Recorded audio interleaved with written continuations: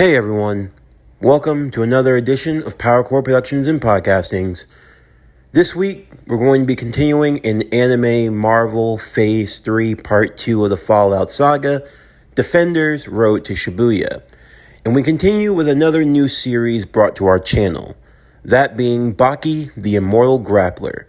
What if Baki was the Hulk? Season 1, Part 1. Now, for those of you who don't know, Baki, being a martial arts anime, originally came out in 2001, with Netflix picking it up and continuing the story with Baki, son of Ogre. And just so that there's no confusion, this series is going to be starting with the Son of Ogre series as we go through seasons 1 and 2 and go on from there.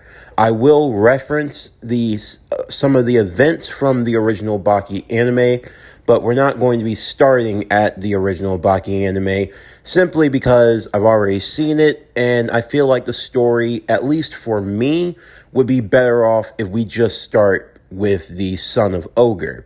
If we have to go all the way back there, then I feel like we're just going to be treading water for a very, very long time, and I would like to keep the series as streamlined as possible.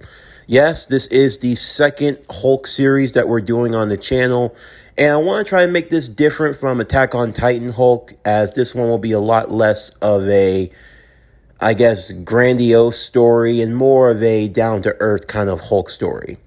But without further ado, let's get into today's video. So as always, sit back, relax, and enjoy the show.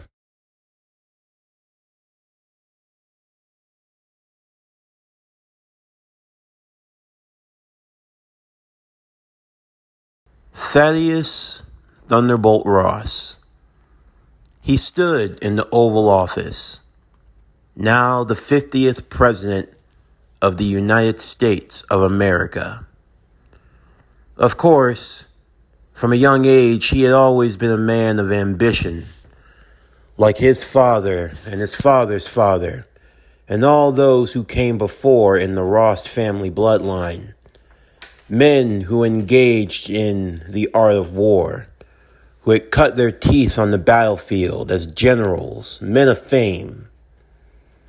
Of course, for Ross, he had always believed that he would make a name for himself in this world. But that name came at a great cost.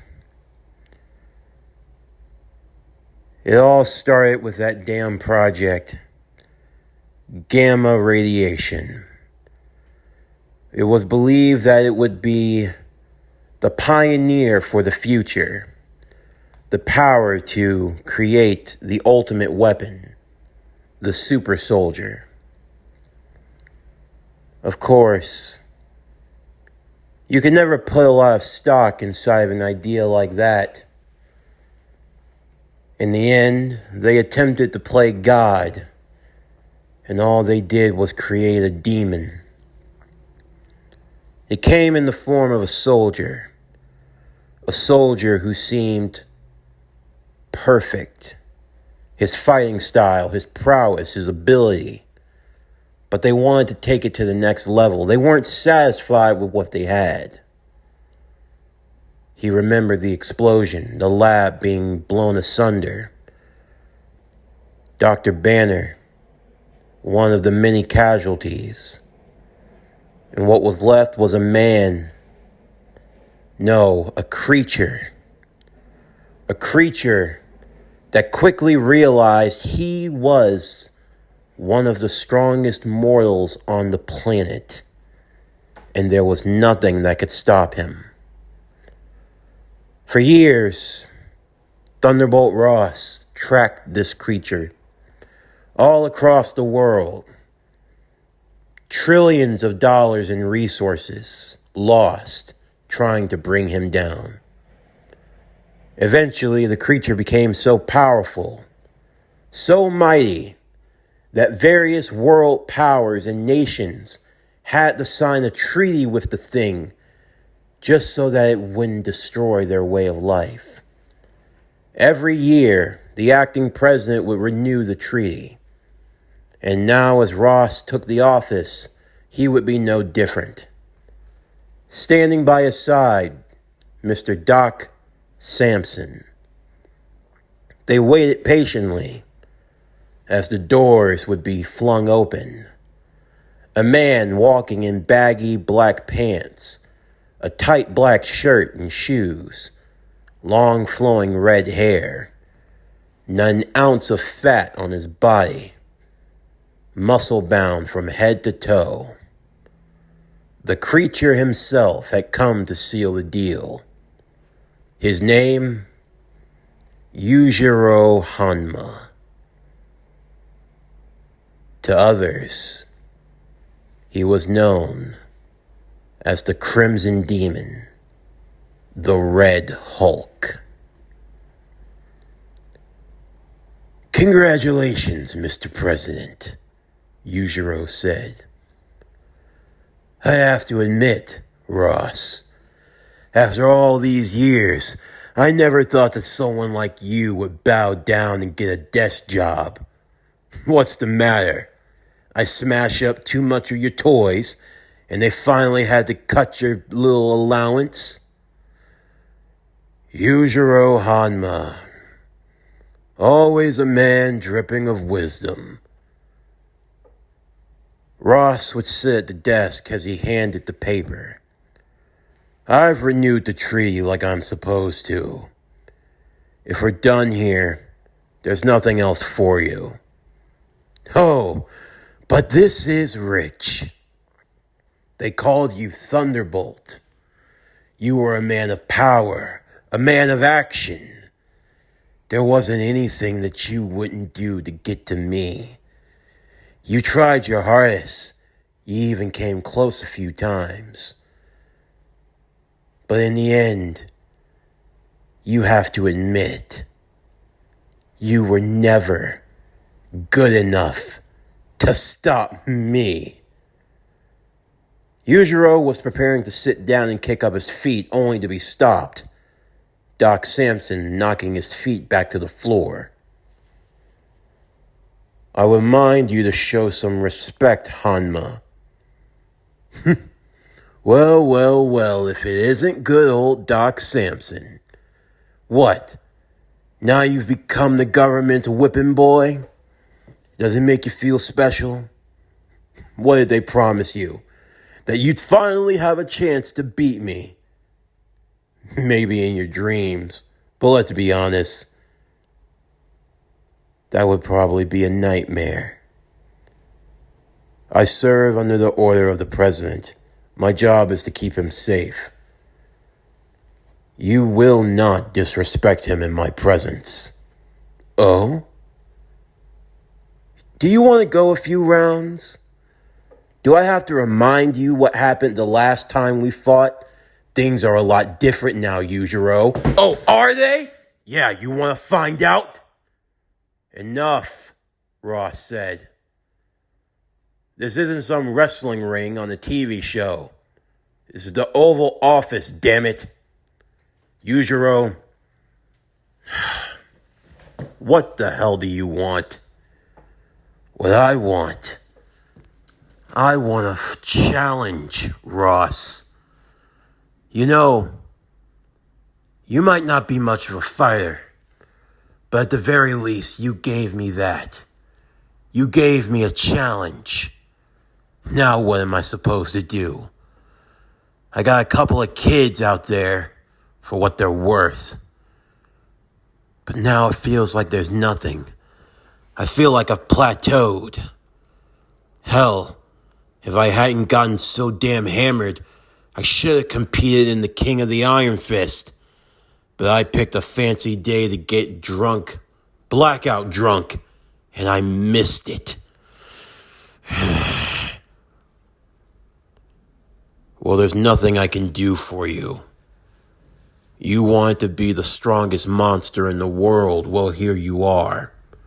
There's no one else that can challenge you. No. And that's just going to have to change. If I can't find the monster, then I'll have to make one. Congratulations, Ross. Enjoy your presidency. Yujiro would pick up his sack and would leave the office. He knew where he needed to go. As Doc Samson looked to the new acting president, Ross simply rolled his eyes. "What do you think he's planning?" Samson would ask. "I don't know. All I know is this. It's not going to be good. He's already bad enough on his own. It's only worse when a Hulk gets a plan in his head. And now I have a whole nation to worry for. If only I could have killed him when I had the chance." At the raft. It was a storming night for this prison facility. Located not too far from Rikers Island, the raft was a specially made prison.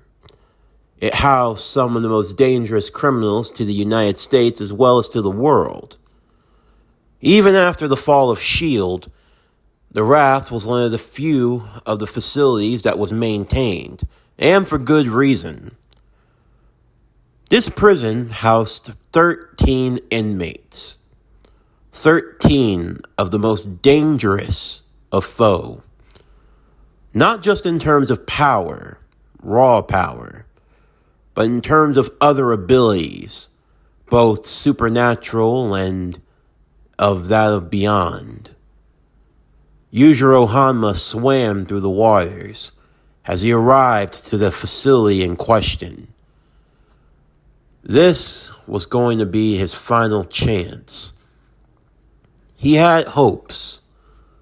For one, there was one individual in the world who he felt could give him what he wanted. But in order to get that, he had to toughen him up. And this was the best way to do it. The guards in the facility, they quickly learned Yujiro was a force of nature. He didn't even bother using his true power. Why? It'd be a waste of time, and they weren't worthy of that. He made his way to the holding cells. They were locked by automatic electric gates, which Yujiro would kindly destroy. As he broke them open, he was only aiming to break out 5, but he might have overdone it a little, and he freed all 13. All right. The 8 of you, you're free to go. Get out of here before I change my mind. You. Oh yeah, you. And you. You all stay here real quick. The other prisoners would escape, but the 5 that Yujiro had pointed out, they stood and did as they were told. Yeah. Now it's all starting to come back to me. Oh man, it's been so long since I've seen a lot of you guys. Zax, my man, how you been? Yujiro said, patting the electric monster on the shoulder. I haven't seen you since the 80s. Ugh, still sparky. Carl Crusher Creel, as I live and breathe. What do you want, Yujiro? Oh, come on. Is that any way to look at an old friend? Old friend. I've been in this damn cell for almost 13 years. I don't get no phone call, no letter, nothing. Not even a damn letter in a bottle. Yeah, you just let me take the fall. Hey, if you were stronger, you would have escaped on your own. And then the rhino. What do you want, Yujiro? Nothing. We used to tangle back in the days when I was going on a sabbatical in Africa. This guy here, big ugly bastard, he got himself stuck with rhino hide on his body. The strength of a rhino. Impressive. Not to me. Yeah. Oh, please. Gotta act like such a bitch, Samuel? You're nothing but a brute. All brawn, no substance. But you will fear the mind of the yeah. Go tell that to someone else. Maybe they'll actually see you as a real leader. And then there's you. I don't know who you are. The Wendigo, Yujiro said. But you must be one sick bastard who have gotten that curse. Yeah, I know about the curse of the Wendigo. And I know what you have to do to be cursed with that power. So, who did you eat? Your girlfriend? Your kids? Perhaps someone that tickled your fancy by chance. You must have been a real hungry boy. Yeah, I know.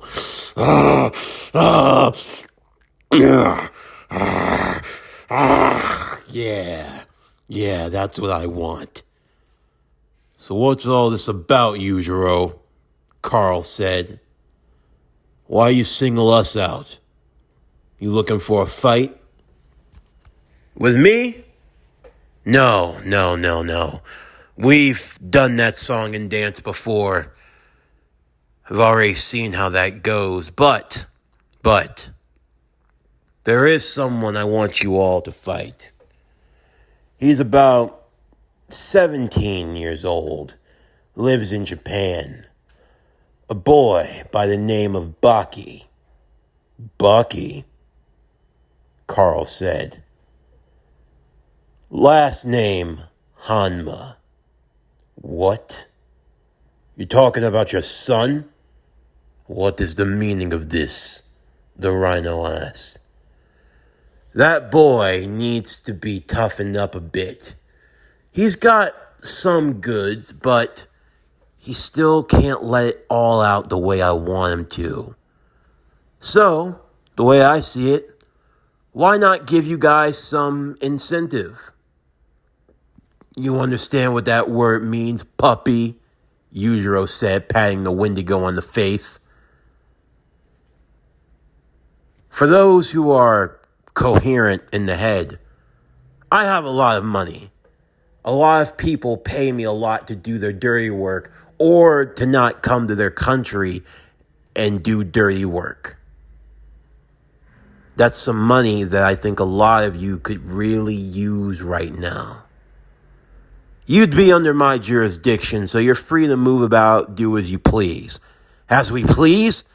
The leader said. You're under my jurisdiction. That means the only person you have to answer to is me. And trust me, when I come looking for answers, you better have them. So what does this have to do with your kid? Creel said. I want you all to fight him. Now, in what order you fight him, I don't really care. But you go one at a time. I don't want him to be overwhelmed, but I do want you all to give it your best shot. You're putting a bounty on your own kid's head. That's cold. And wait, you said Baki. What happened to Jack? Man, that drug-addicted dope. He's nothing but a disappointment. If any of you ever come across him and you want to wipe him out, do as you please. I don't really care. You are one cold-hearted devil, Yujiro. So, we gotta go after the kid, huh? Well, who's taking first crack? The five would look to one another. I believe I know a way. If we form an algorithm and we go through a rotational circle, I believe we can come up with the most optimal way of... We're not doing that, Carl said. Eeny, meeny, miny, mo, catch the tiger by the toe. If he hollers, let him go. I don't know. Are you serious? He's going to use a child's game to decide, and you are it. So, you want this to be over? If that kid's worth his weight in salt, I don't have to worry. I know you won't do a scratch to him. You underestimate the rhino. I fight him. I crush him. I break him in two. I lost to a Hanma once.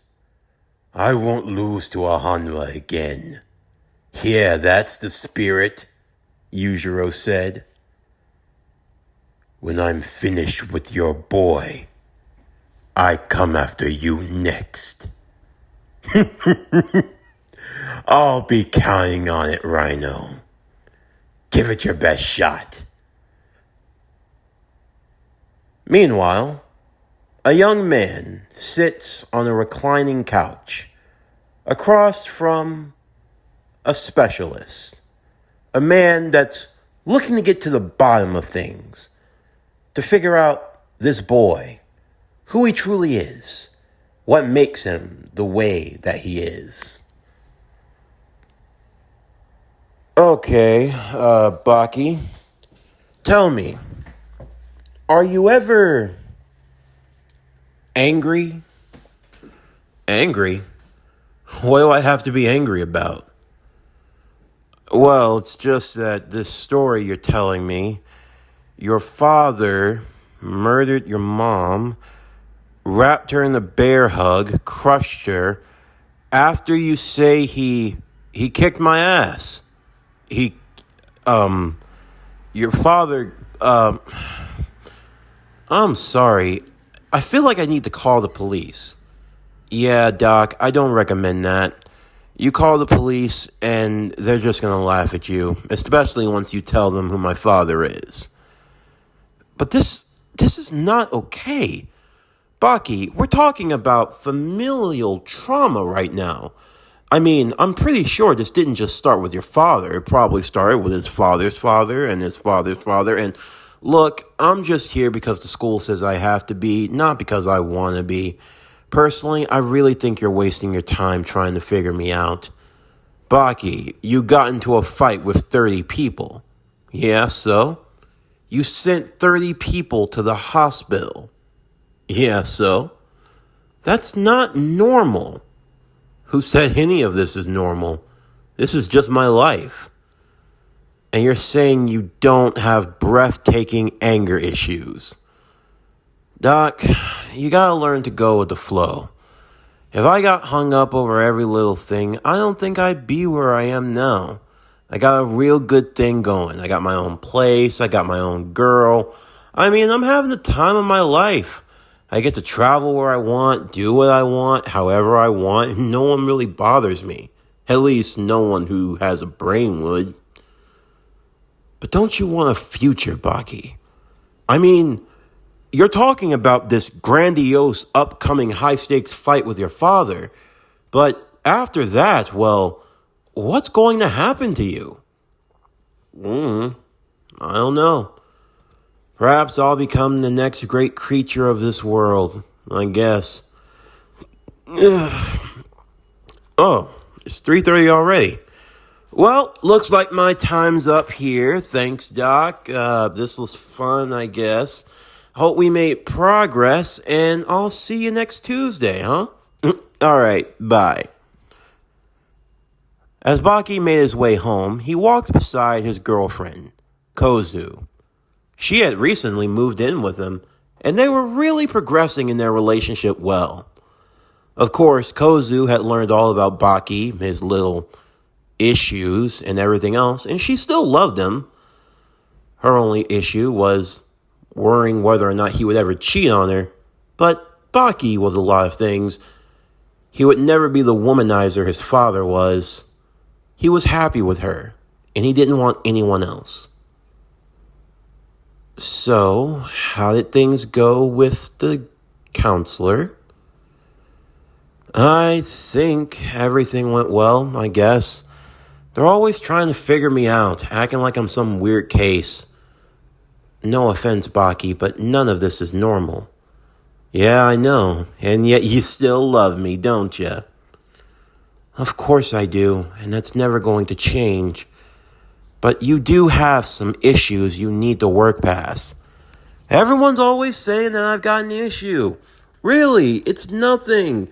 It's just a little family drama. Family drama that had you in the hospital. Baki, the last time your father came here, your face was shoved through solid concrete and you got dragged for 10 city blocks. That's not normal. And you're telling me that you feel absolutely nothing. I feel nothing. As they were making their way home, suddenly, a car would come flying towards them. Kozu had gotten used to it at this point, and she didn't even bother flinching.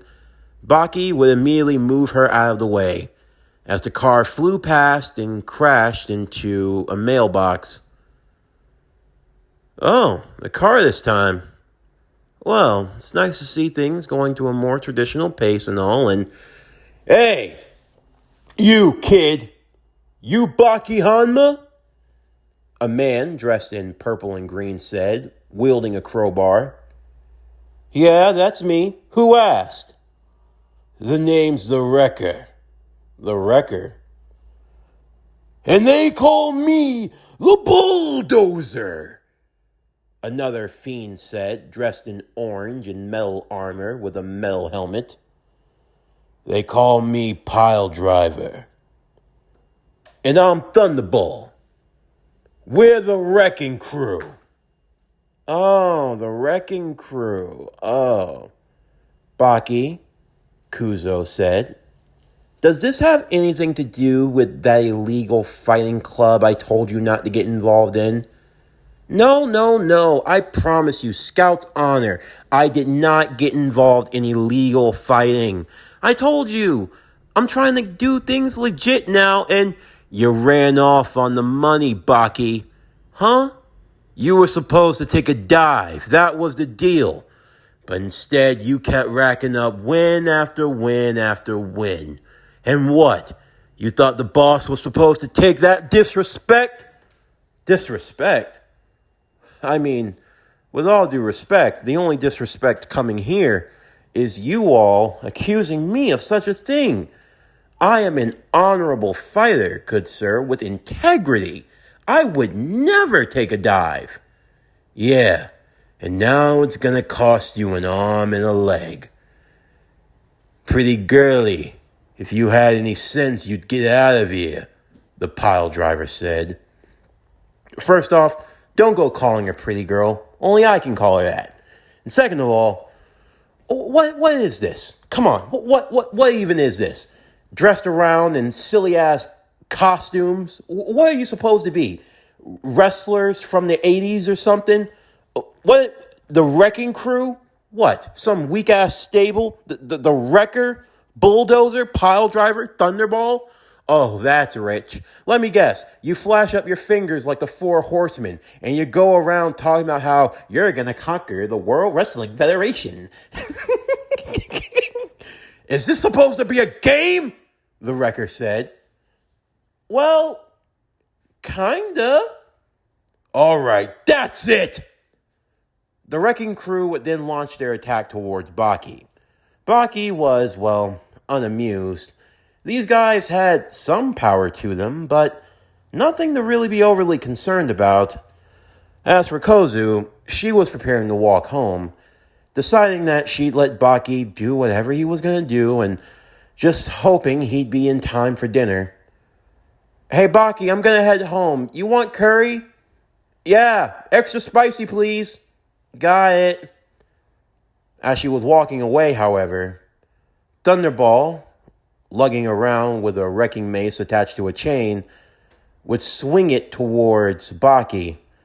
the ball missing and flying close to Kozu.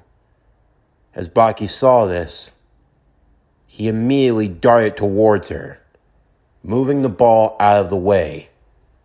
Even for Kozu's liking, her head almost got squished against the wall. Of course, she always had confidence that Baki would save her, of course, but even this was a little too close for comfort.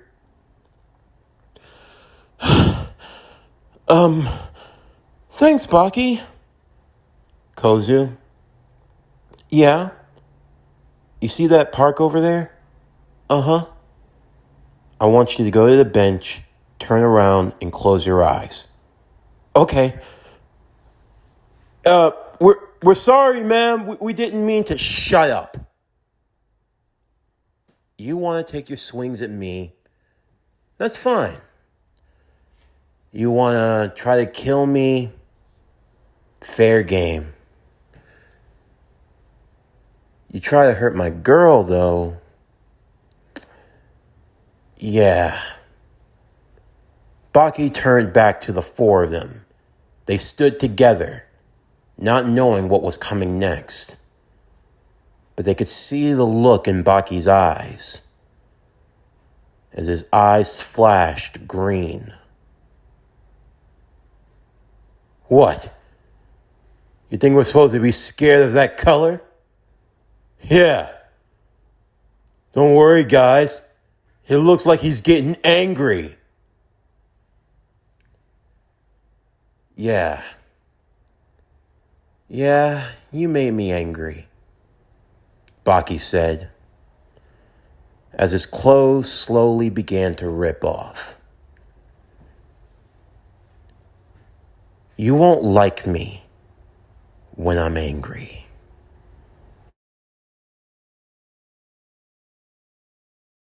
This concludes Baki, the Immortal Grappler. What if Baki was the Hulk?